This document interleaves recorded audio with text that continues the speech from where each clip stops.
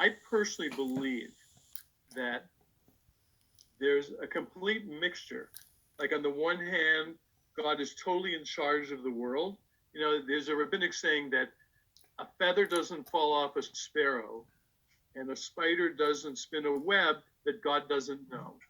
Okay, so God's totally in charge.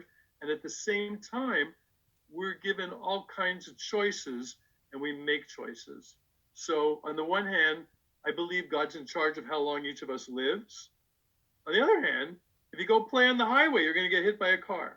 You know, somehow they're both true, and we live in a world of these truths that coexist in a way that's beyond how we understand. That's my personal take.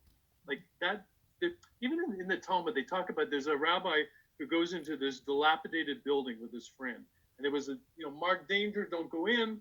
And the two rabbis go in. They had to go in for some reason, and because of how great one of the rabbis is, they're protected and nothing falls on them. A week later, the rabbi says to his friend, let's go back in. And the guy who was the righteous man that they were protected because of him says, I'm not taking that chance again. I mean, it's a perfect story. He says, you can't count on that you got God's protection. You know, basically, you go run in traffic, you could get hit. On the other hand, God's in charge. You know, it's more than we can get a handle on. But I personally think life is some combination of those two that's beyond what we can figure.